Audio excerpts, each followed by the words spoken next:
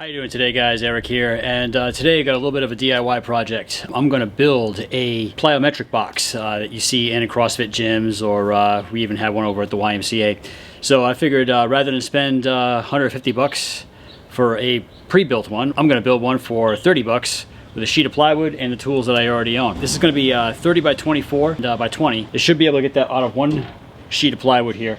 This is 3/8 plywood. A lot of Plyo boxes are made out of 1/2 inch, and this is something I need to actually transport around as I'm going to see clients and stuff. So it'll still be plenty strong, but will be a lot lighter and a little easier to manage as I'm, going for some portability here.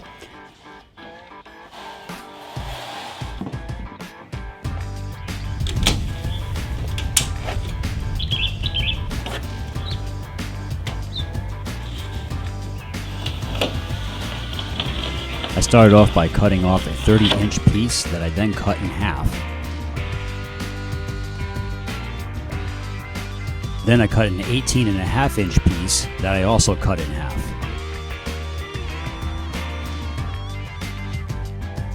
Then a 28.5-inch piece that I then cut into two pieces of 18.5 inches.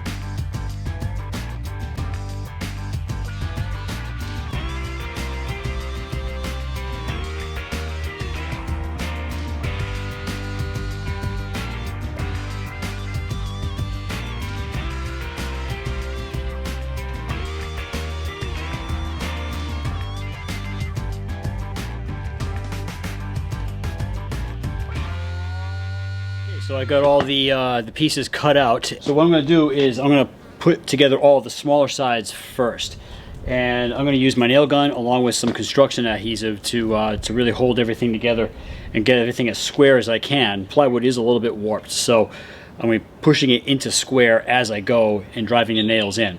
So I'm going to go ahead and start off with these first, get the outer shell of it, if you will, and then I'm going to put one of the larger pieces on, and then leaving one side open, I'm going to measure to the inside so I can cut the center brace, because this is a slightly different thickness of plywood than I've seen in other YouTube channels, so I'm going to have to pre-measure to make sure that the brace will fit nice and snug.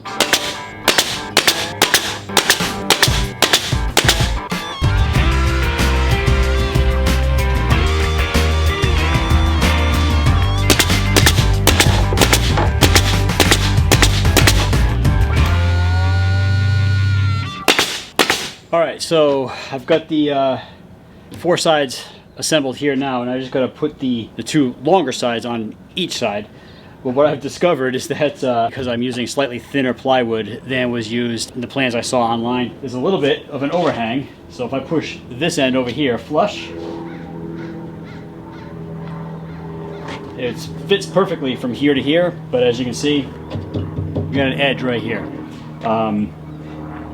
Not the absolute end of the world. I'm just going to strike a line and trim that off. A little bit of a goofy mistake on my part. I should have compensated for that, but at least I'm not really wasting anything really. And the box will be slightly shorter in one direction. And, so instead of 30, it'll be like 29.5 or something like that. That's all right. I'm not building this box for the CrossFit game, so I think it'll still serve its purpose just well. So.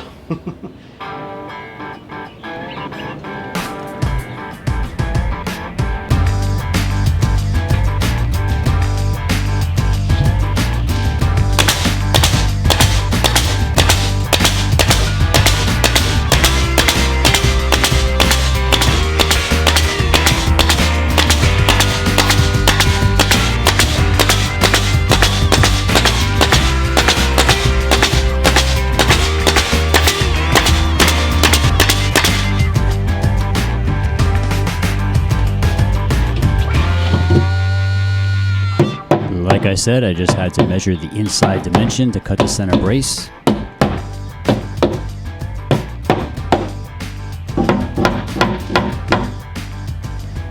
When it was ready to go, I just glued it and nailed it into place.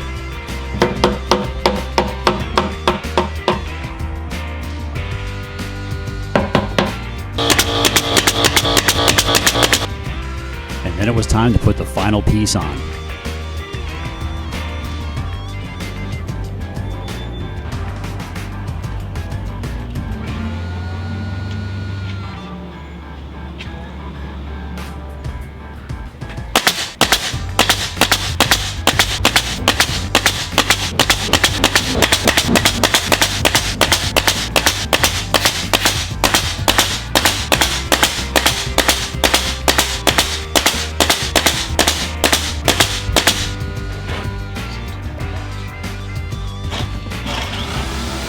drilled out a couple of holes and then used a saber saw to cut out some handles.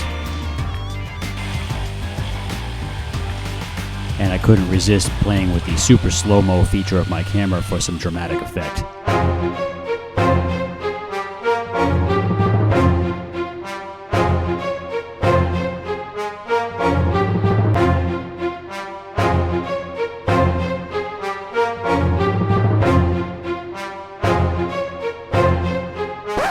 Okay, enough of that. We have a fully assembled box. Definitely a little rough, I have to say.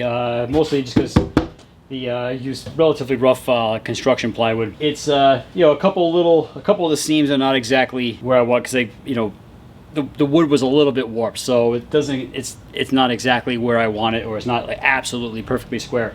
So I'm going to spend a little time with the sander. I'm going to let the construction adhesive cure or just dry solid first before I go after it with the sander, because some of it's kind of oozing out and that'll just make a mess. I'm going to button this up for now, and then come back to it tomorrow. Probably will hit it with a coat of paint, or maybe some rattle can bed liner or something like that to kind of give it some texture, because I will be jumping on this. I'll be having clients jump on it and such. Obviously with a little bit with the bed liner, and that will give it a little bit of texture for some traction too. But yeah, so far I'm pretty happy with the way this has come out. I think it's going to work out well once it's all done. And, I'll come back to it tomorrow, and we'll finish this up.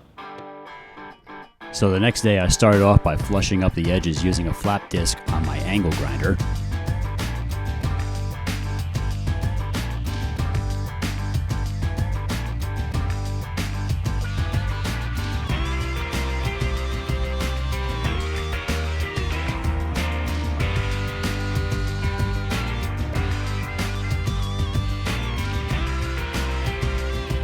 Then I smoothed it out using my orbital sander.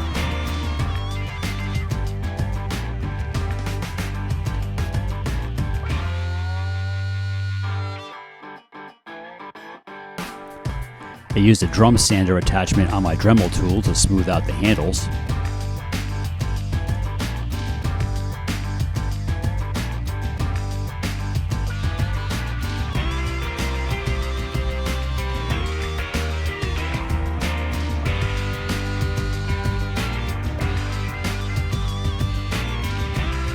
Gave it a coat of primer.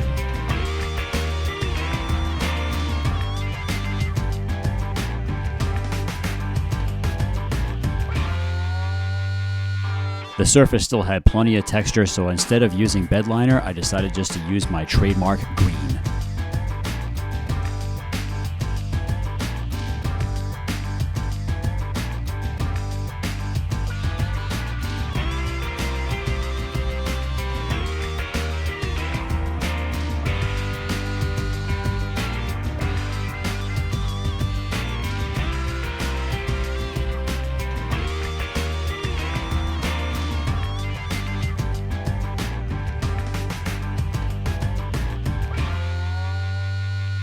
Alright guys, so there it is. I'm pretty happy with the way it came out. I was going to put a second coat of the green paint on, but I don't think it's necessary. So I'm going to hang on to the second can just to kind of touch it up as I need to. I'm looking forward to putting this thing to use, both for myself and for my clients. I encourage you guys to give this a try for yourself. You know, for $30 or $40 worth of material, you can make yourself a box that, you know, you would spend $150 or more, you know, at a retail price from Rogue or whatever. So I hope you guys liked this video. If you did, please like and subscribe and click the notification bell so you get notified every single time I upload a new video. I'm posting weekly videos about fitness, mountain biking, and adventure. Hope to see you guys in the next one.